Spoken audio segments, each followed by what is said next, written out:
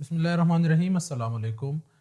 आज का जो हमारा टॉपिक है वो 10th क्लास के बायोलॉजी के यूनिट 15 से है, जिसका नाम है इनहेरिटेंस। और आज के टॉपिक में हम इंट्रोडक्शन करेंगे इस चैप्टर की। ठीक है, तो आज के टॉपिक में कुछ इंपॉर्टेंट टर्म्स हम पढ़ेंगे और कुछ पूरे के पूरे चैप्टर के बारे में इंट्रोडक्शन देंगे कि इस चैप्टर में हम क्या पढ़ेंगे। चूंकि बेसिकली इस चैप्टर का नाम है इनहेरिटेंस, तो स्टार्ट लेते हैं इनहेरिटेंस से कि इनहेरिटेंस क्या चीज़ है। आते हैं तारीफ की तरफ के इसकी डिफिनेशन हम किस तरह करते हैं। Inheritance the process by which characters are transfer from parents to offspring. वो वाला प्रोसेस, वो मैकेनिज्म जिसके थ्रू वालिदैन से बच्चों में खुसूसियात जो है वो ट्रांसफ़र होती है, विरासत में दी जाती है, इस अमल को कहते हैं इनहेरिटेंस। इनहेरिटेंस बेसिकली हम नॉर्मल इंग्लिश में भी यूज़ करते हैं कि विरासत, वालिदैन बच्चों के लिए कुछ चीज़ें छोड़ जाते हैं, उसको हम विरासत कहते हैं, उसको भी इनहेरिटेंस कहा जाता है। तो बायोलॉजी के टर्म में हम इस तरह करते हैं, इस तरह इसको पढ़ते हैं कि वालिदैन जो होते हैं उनसे कैरेक्टर्स जो है। अब बेसिकली कैरेक्टर्स क्या चीज़ है? कैरेक्टर या ट्रेट्स, ये इसको हम ट्रेट्स भी कहते हैं। वैसे आप ये ज़हन में याद रखिएगा कि कुछ जगहों पे ट्रेट्स लिखा होता है और कुछ जगहों पे कैरेक्टर्स, तो आप लोगों ने इसमें कंफ्यूज नहीं होना। कैरेक्टर्स और ट्रेट्स दोनों सेम चीज़ें हैं। असल में ये क्या चीज़ें हैं? कैरेक्टर्स कहते हैं खुसूसियात को। खुसूसियात क्या क्या चीज़ें हैं? जिस तरह के आंखों का कलर हो गया, स्किन का कलर हो गया, हाइट हो गई आपकी।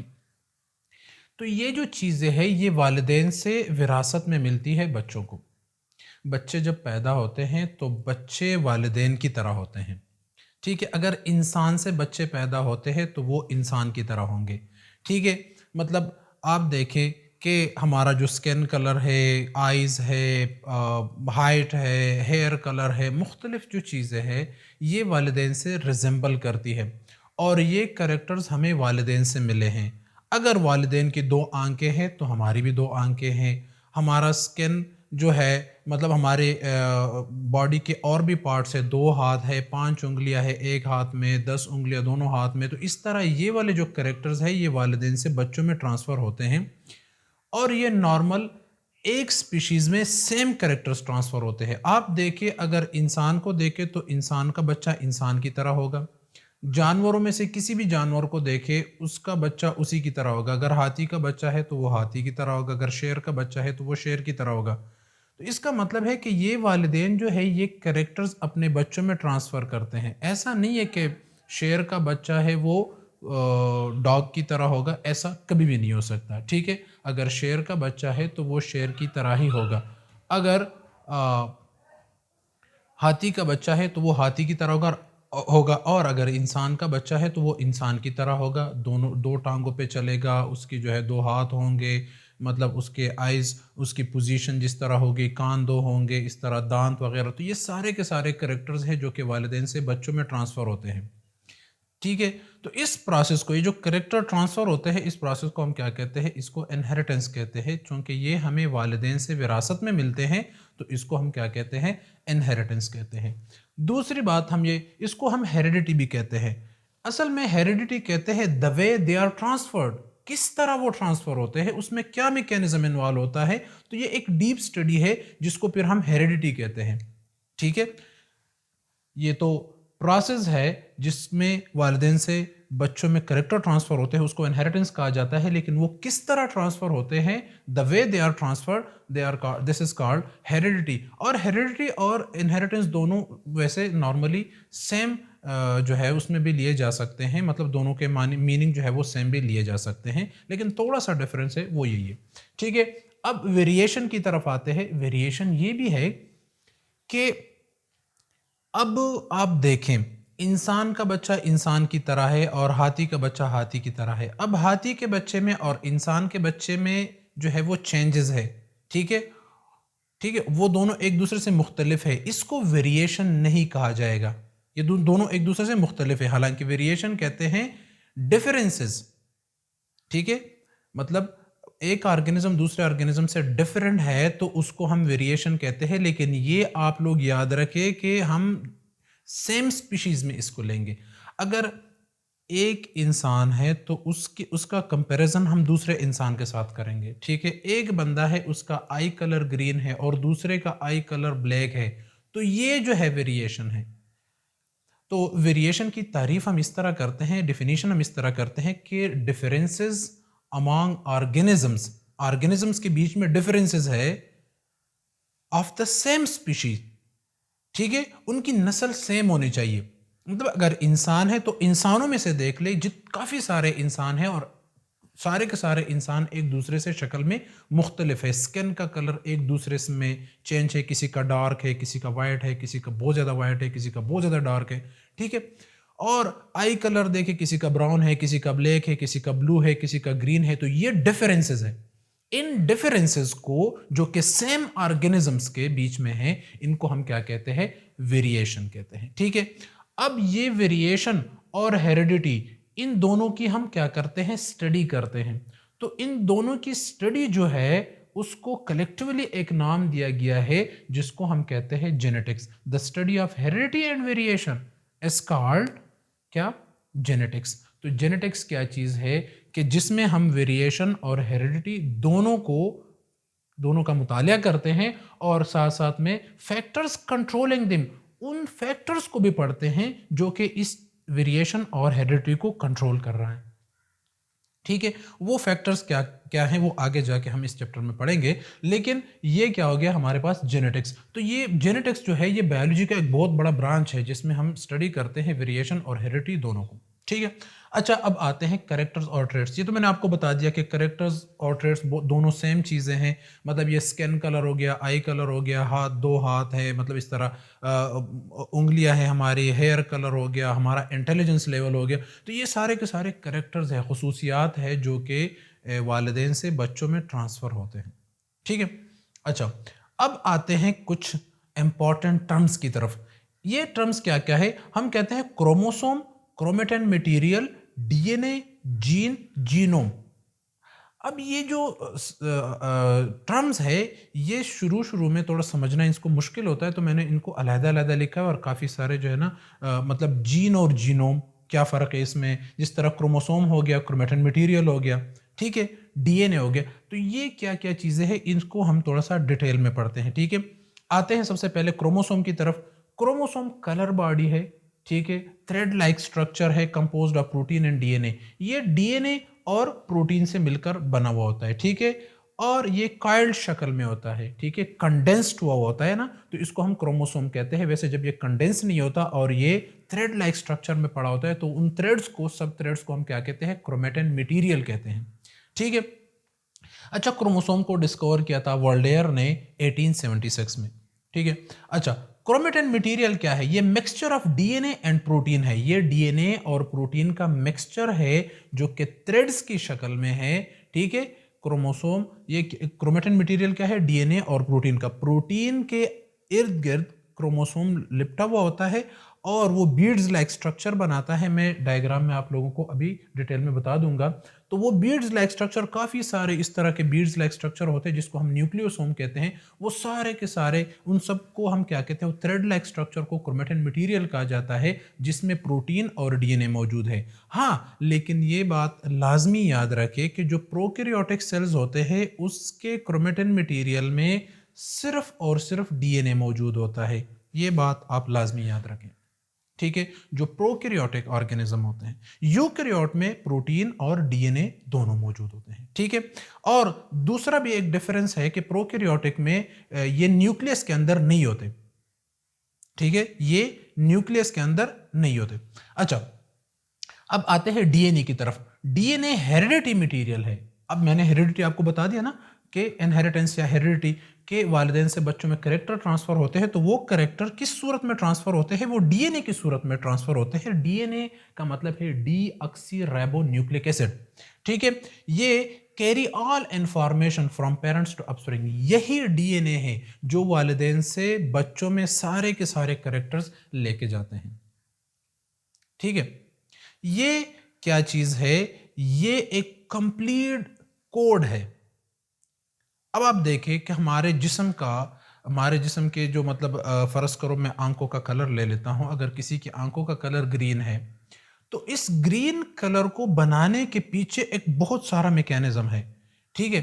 तो जो हमारे सेल्स है, उन सेल्स के अंदर इस ग्रीन कलर के लिए कोड पड़ा हुआ है जो कि इस ग्रीन कलर को बनाता है। आगे जाके हम प्रोटीन सिंथेसिस मैं आप लोगों को एक लेक्चर दूंगा जो कि बहुत ही अहम टॉपिक है, तो उसमें आप लोगों को समझ आ जाएगी कि किस तरह एक जीन जो है, किस तरह एक डीएनए से कोड आता है और वो कोड प्रोटीन बनाता है। तो हमारे जिस्म में जितनी भी चीज़ें बनी हुई हैं, इन सब के पीछे एक कोड है। वो कोड हर एक सेल में हमारे मौजूद है, ठीक है, हर सेल के अंदर मौजूद है, ठीक है। इंफॉर्मेशन सारी की सारी हमारे सेल्स के अंदर मौजूद है, और वो सेल्स के अंदर किस सूरत में मौजूद है? क्रोमोसोम की शक्ल में। क्रोमोसोम के अंदर फिर प्रोटीन और डीएनए है। तो ये डीएनए जो है बेसिकली यही जो है हेरिडिटी मटेरियल कैरी करता है वालिदैन से बच्चों में, ठीक है। आगे जाते हैं, डायग्राम में मैं आप लोगों को समझा देता हूं, ठीक है। अच्छा, अब आते हैं हम जीनोम की तरफ। ये तो डीएनए हो गया। अब जीनोम क्या है? Total amount of genetic material और gene in a chromosome set of an individual. एक बंदे का सारे के सारे क्रोमोसोम को इकट्ठा करके उसके अंदर जितने भी सारे कोड, जितने भी कोड्स पड़े हुए हैं, उन सब के मजमूए को जीनोम कहा जाता है, ठीक है। हमारे बॉडी के जितने भी इंफॉर्मेशन है, ये सारे के सारे डीएनए के अंदर मौजूद है, और वो सारे का सारा डीएनए जो है वो एक न्यूक्लियस के अंदर मौजूद है। तो हमारे बॉडी के जितने भी कोड्स है और वो डीएनए के ऊपर जो है मौजूद है, तो इन सब कोड का मजमुआ हम क्या कहते हैं? जीनोम कहते हैं। Total amount of genetic material और gene in a chromosome set of an individual. एक बंदे का एक अलहदा जीनोम होता है, दूसरे बंदे का अलहदा जीनोम होता है। तो हर बंदे का अलहदा अलहदा जीनोम है, जिसमें मतलब अगर मेरा आई कलर है, स्किन कलर है, हाइट है, ये सारे के सारे कैरेक्टर्स ये क्रोमोसोम की शक्ल में मौजूद है, डीएनए की शक्ल में मौजूद है मेरे सेल के अंदर। तो ये पूरे का पूरा मेरा क्या बनाता है? और भी जितने इंफॉर्मेशन है मेरे बॉडी के बारे में, ये सारे के सारे इंफॉर्मेशन जीनोम कहलाते हैं, ठीक है। जीन क्या चीज है? अब जीन की तरफ आते हैं, बिल्कुल हम लोअर लेवल पे आ गए। जीन क्या चीज है? Unit of heredity. अब ये इकाई है हेरिडिटी की। अब जीन जो है ये असल में स्पेसिफिकली एक करेक्टर के लिए होता है। अब अगर मैं आई कलर ले लूं तो उसके लिए अलहदा जीन है, ठीक है। अगर मैं स्किन कलर के लिए ले लूं तो उसके लिए अलहदा जीन है। अगर मैं हाइट के लिए ले लूं तो उसके लिए अलहदा जीन है। हर जीन का अलहदा अलहदा काम है। हर एक जीन अलहदा प्रोटीन कोड करता है, ठीक है। हर जीन में अलहदा प्रोटीन के लिए कोड मौजूद होता है। तो जीन बेसिकली है क्या चीज? जीन जो है वो यूनिट ऑफ हेरिडिटी है, या इसको हम ये भी कह सकते हैं कि ये क्रोमोसोम, ये जो है ये डीएनए का एक फ्रेगमेंट है, एक टुकड़ा है। मैं आप लोगों को समझा देता हूं। इधर आप देखिए, ये एक फर्ज करो मैंने एक टिश्यू लिया हुआ है। टिश्यू जो है काफ़ी सारे सेल्स इकट्ठे हो गए हैं और उससे टिश्यू बना हुआ है, और इन टिश्यू में से मैंने एक सेल ले लिया, ठीक है। ये मैं एक सेल ले लेता हूं, और ये सेल के अंदर क्या पड़ा हुआ है? ये उसका न्यूक्लियस पड़ा हुआ है, ठीक है। अब मैं इस न्यूक्लियस को इधर निकाल देता हूं। तो ये जो न्यूक्लियस है, इस न्यूक्लियस के अंदर जो है वो क्रोमोसोम पड़े हुए हैं, कलर बॉडी पड़े हुए हैं, ठीक है। ये जो क्रोमोसोम है, अगर मैं एक क्रोमोसोम को निकाल देता हूं, ठीक है, अगर मैं एक क्रोमोसोम को निकाल देता हूं, अब आप ये भी साथ में याद रखें कि इंसान के जो न्यूक्लियस होता है, हर सेल का जो न्यूक्लियस होता है, उनमें 46 क्रोमोसोम पाए जाते हैं, जो कि हमारे सोमेटिक सेल्स होते हैं ना, बॉडी सेल्स होते हैं। तो उसमें हर एक सेल में 46 क्रोमोसोम मौजूद होते हैं, ठीक है। न्यूक्लियस के अंदर 46 क्रोमोसोम, और ये जो 46 क्रोमोसोम है ये 23 पेयर्स की शक्ल में भी पड़े, मतलब इसको हम 23 पेयर्स भी कह सकते हैं। अब अगर मैं कहूं कि 46 क्रोमोसोम है या 23 जोड़े हैं, पेयर्स हैं, तो एक ही बात है, ठीक है, क्योंकि एक जोड़े में दो होते हैं, ठीक है। तो 23 पेयर्स और 46 क्रोमोसोम इंसान, और हर एक जानदार की, हर एक स्पीशी की अलहदा नंबर ऑफ क्रोमोसोम होती है, ठीक है। ये आप लाजमी याद रखिए, ठीक है। अब ये जो क्रोमोसोम होते हैं, ये एक क्रोमोसोम क्या होते हैं? दो क्रोमेटिड्स पे मुश्तमिल होता है, ठीक है। तो ये इसके दो सेगमेंट है, एक ये है और एक ये है। तो इनके दो सेगमेंट है, दो क्रोमेटिड्स हैं, ठीक है। क्या है चीज? ये दो क्रोमेटिड है, और एक क्रोमेटिड को मैं कह सकता हूं कि फर्ज करो ये मदर की साइड से है और ये फादर की साइड से है, ठीक है। सही है। अब जो दोनों हैं, दोनों में करेक्टर्स जो है वो डाले गए हैं। तो ये इस क्रोमोसोम को हम क्या कहते हैं, ये दो क्रोमेटिड आपस में मिले हुए हैं किस चीज के ऊपर, ये इसको क्या कहते हैं, सेंट्रोमियर। मतलब दो क्रोमेटिड को आपस में मिलाता है सेंट्रोमियर। अब ये जो सेट है इसको क्रोमोसोम कहा जाता है, और इस क्रोमोसोम को हम क्या कहते हैं, होमोलोगस क्रोमोसोम। अब होमोलोगस क्रोमोसोम क्या चीज है, chromosome similar in shape, size and position. ये क्रोमोसोम, ये दोनों जो है ये आपस में सेम होंगे किस चीज में, शेप में, शक्ल में, साइज में, लेंथ वगैरह में, और पोजीशन किस जगह पे ये पड़े हुए। तो ये तीन चीजें जो है इनकी सेम होगी, हाँ, लेकिन इनकी वैरायटी डिफरेंट होगी। क्या चीज है, इनकी वैरायटी डिफरेंट होगी, क्योंकि इस क्रोमोसोम के अंदर मदर वाले इंफॉर्मेशन पड़े हुए और इस क्रोमोसोम के अंदर फादर वाले इंफॉर्मेशन पड़े हुए। तो अब ये मदर और फादर की जो इंफॉर्मेशन है इसमें तो वैरायटी है ना।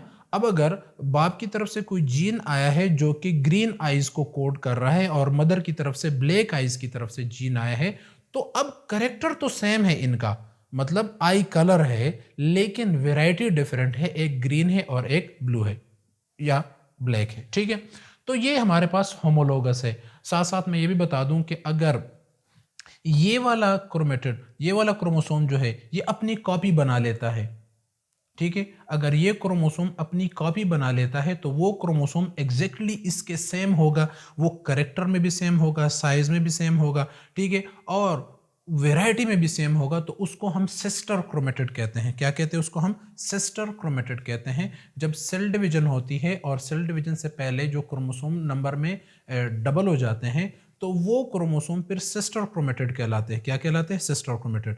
अब जब गिमीट्स बनते हैं, गिमीट्स, मेल गिमीट्स और फीमेल गिमीट्स बनते हैं, तो ये क्रोमोसोम फिर अलग हो जाते हैं और हाफ 23 पेयर्स नहीं बल्कि 23 क्रोमोसोम एक गिमीट में आ जाते हैं, मेल की गिमीट में, और 23 जो है वो फीमेल की गिमीट में भी होते हैं।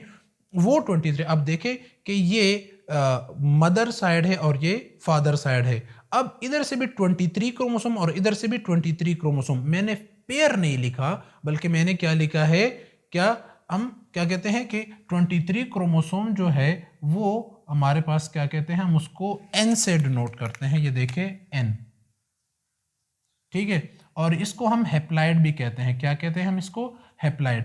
अब जो 2n होता है या 46, इसको हम डाइप्लाइड कहते हैं। क्या कहते हैं, डाइप्लाइड, और उसको 23 पेयर्स साथ लिखेंगे, ये 23 पेयर्स या 46। और ये जो 23 है इसके लिए हम क्या कहते हैं, n कहते हैं, हेप्लाइड है, और ये क्या है, ये डाइप्लाइड है। तो ये हेप्लाइड इधर से मदर से और हेप्लाइड जो है वो फादर से आएगा, दोनों आपस में मिलेंगे तो ये एक डाइप्लाइड सेल बन गया और उससे फिर ऑर्गेनिज्म बन गया। तो ये जो अपस्प्रिंग है ये दोनों का कॉम्बिनेशन है, 23 इधर से आए हैं और 23 इधर से आए हैं, तो ये फिर हमारे पास एक ह्यूमन बीइंग बन गया जिसकी क्रोमोसोम है 46। और इसमें करेक्टर मदर के भी है और फादर के भी है, दोनों करेक्टर्स इसमें मौजूद है। अपस्प्रिंग में दोनों करेक्टर्स मौजूद होते हैं, मदर के भी मौजूद होते हैं और फादर के भी करेक्टर्स मौजूद होते हैं। ठीक है, अच्छा, तो ये तो आ गया हमारे पास क्रोमोसोम। और क्रोमोसोम मैंने वैसे जनरली थोड़ा सा कंफ्यूजन होती है लोगों को कि सिस्टर क्रोमेटिड और होमोलोगस क्रोमोसोम में क्या फ़र्क है, तो मैंने थोड़ा सा इसके बारे में थोड़ा सा डिटेल में आप लोगों को बता दिया। अब ये जो क्रोमोसोम है अगर इसको हम क्लोजली ऑब्जर्व कर ले तो इस क्रोमोसोम में थ्रेड लाइक स्ट्रक्चर नजर आएंगी। उन थ्रेड्स को हम खोल देते हैं तो वो क्रोमेटिन मटेरियल है। वो क्रोमेटिन मटेरियल किस तरह है, क्रोमेटिन मटेरियल मैंने आप लोगों को पहले बता दिया कि वो प्रोटीन और डीएनए से बना हुआ है यूकैरियोटिक सेल्स की सूरत में। अब ये देखें, ये 4 मॉलिक्यूल 1 2 3 4 और 4 इसकी बैक साइड पे, तो ये टोटल 8 मॉलिक्यूल्स हो गए। और ये 8 मॉलिक्यूल्स ऑफ हिस्टोन प्रोटीन है। 8 मॉलिक्यूल ये पड़े हुए, 8 ये पड़े हुए, 8 और इस तरह 8 की शक्ल में मॉलिक्यूल्स पड़े हुए होते हैं। और ये कौन से मॉलिक्यूल्स होते हैं, ये प्रोटीन से बने हुए होते हैं और इस प्रोटीन का नाम है हिस्टोन प्रोटीन। क्या, हिस्टोन प्रोटीन। तो हिस्टोन प्रोटीन के 8 मॉलिक्यूल, इसको हम ऑक्टामेयर भी कहते हैं। इसके अराउंड फिर डीएनए जो है वो रैप्ड है। डीएनए जो है वो इससे क्या, इसके 2 टर्न्स लेता है, रैप अराउंड द प्रोटीन। तो इस प्रोटीन के ऊपर ये जो डीएनए आपको नजर आ रहा है इसके 2 राउंड्स होंगे। क्या, इसके 2 राउंड होंगे। अब ये 2 राउंड डीएनए के और 8 मॉलिक्यूल हिस्टोन प्रोटीन के, फिर 2 राउंड डीएनए के और 8 मॉलिक्यूल हिस्टोन प्रोटीन के, फिर इस तरह करते करते काफ़ी सारे जो है आपके पास स्ट्रक्चर्स आ जाएंगी। लेकिन इस एक स्ट्रक्चर को न्यूक्लियोसोम कहा जाएगा, फिर इसको न्यूक्लियोसोम। काफ़ी सारे न्यूक्लियोसोम्स इकट्ठे होके एक बीड्स लाइक स्ट्रक्चर बनाता है, जिस तरह एक वो हार नहीं पहनते जिसमें मोती लगे होते हैं, उसकी शक्ल इख्तियार कर लेता है। तो ये काफ़ी सारे न्यूक्लियोसोम इकट्ठे होके ये क्या बनाता है? Chromatin material. क्या बनाता है? क्रोमेटिन मटेरियल बनाता है, और क्रोमेटिन मटेरियल कंडेंस होके क्रोमोसोम बनाता है। थोड़ा सा और डिटेल में जाते हैं, डीएनए को हम खोल देते हैं तो डबल स्ट्रैंड डीएनए है, ठीक है, डबल स्ट्रैंड, इसके 2 साइड हैं और एक साइड पर भी न्यूक्लियोटाइड्स लगे हुए होते हैं, नाइट्रोजनस बेसिस भी कहते हैं उसको और न्यूक्लियोटाइड्स भी कहते हैं। एक साइड पर भी मौजूद है और दूसरे साइड पर भी मौजूद है। इसको हम थोड़ा सा और डिटेल में पढ़ते हैं। तो इनको अगर खोल दिया जाए तो आप ये देखिए, ये एक साइड है और ये दूसरा साइड है। एक साइड पे भी आपको ये कलर्स नज़र आ रहा है और दूसरे साइड पे भी ये आपको कलर्स नज़र आ रहे हैं। और ये जो कलर्स है, ये मैंने क्या लिखा हुआ है, असल में ये न्यूक्लियोटाइड्स है। तो न्यूक्लियोटाइड्स जो है ये बेसिकली हमारे कोड्स बनाते हैं। क्या बनाते हैं? कोड, ये चीज़ें बनाते हैं। तो ये न्यूक्लियोटाइड्स जो है ये 4 तरह के होते हैं, थायमीन, गुआनिन, साइटोसिन और एडेनिन, ठीक है। तो ये 4 तरह के न्यूक्लियोटाइड्स हैं। तो 4 तरह के उधर लगे हुए, 4 तरह के इधर लगे हुए, मतलब 4 नहीं लगे, काफ़ी सारे लगे हुए हैं, लेकिन 4 टाइप से। T for thymine, C for cytosine, E for adenine and G for guanine.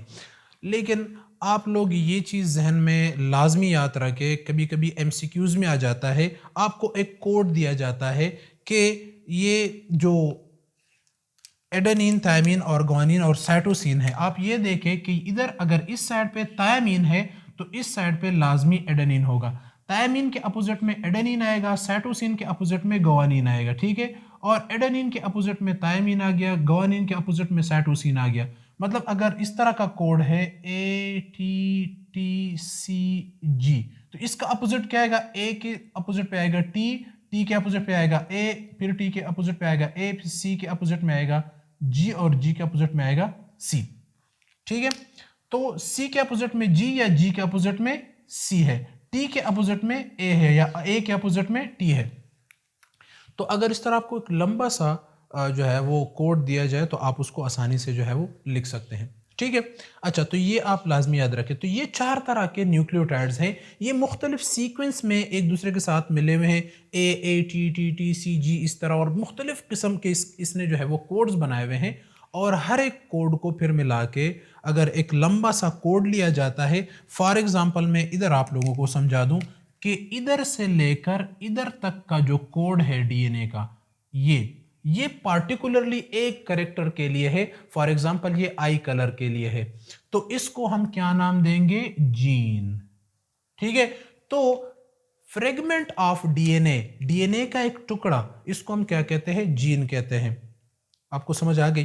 तो ये देखे, न्यूक्लियोटाइड्स इकट्ठे हो गए और उन्होंने बना दिया जीन, जीन काफी सारे इकट्ठे हो गए और उन्होंने बना दिया डीएनए, डीएनए हिस्टोन प्रोटीन के साथ मिला और उसने बना दिया chromatin material, chromatin material condense हो गया और उसने बना दिया क्रोमोसोम। क्रोमोसोम जो है वो 23 इन नंबर, 23 पेयर्स इन नंबर या 46 इन नंबर एक न्यूक्लियस के अंदर आ गए। अब वो न्यूक्लियस चूंकि सेल के अंदर पड़ा हुआ है और वही सेल जो है वो डिवीजन करता रहेगा और सारे सेल्स बनाएगा और बॉडी के सारे कोड जो है वो उसमें पड़े रहेंगे, ठीक है।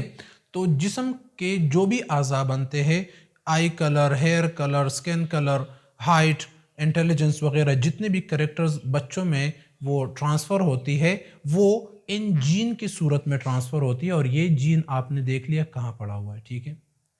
तो आगे जाके हम और भी चीज़ें पढ़ेंगे कि ये जीन क्रोमोसोम के ऊपर कहाँ पड़ा होता है, उसकी पोजीशन को क्या कहते हैं, इसकी वैरायटीज़ वगैरह को, मतलब अगर मैं और भी इसमें पढ़ूंगा, होमोजाइगस, हेटेरोजाइगस और इस तरह के काफ़ी सारे जो है वो टर्मिनोलॉजीज़ हैं जो कि हम अगले लेक्चर में पढ़ेंगे। आज के टॉपिक में अगर और चीज़ें मैं इंक्लूड करता हूँ तो टॉपिक जो है वो बहुत ज़्यादा लंबा हो जाएगा। आज का टॉपिक बस इतना ही था। नेक्स्ट इंशाल्लाह और मालूमात के साथ आपको जो है वो लेक्चर में प्रोवाइड किए जाएंगे और ज़्यादा मालूमात। तो तब तक के लिए इजाज़त दीजिए। Thank you. अल्लाह हाफिज़।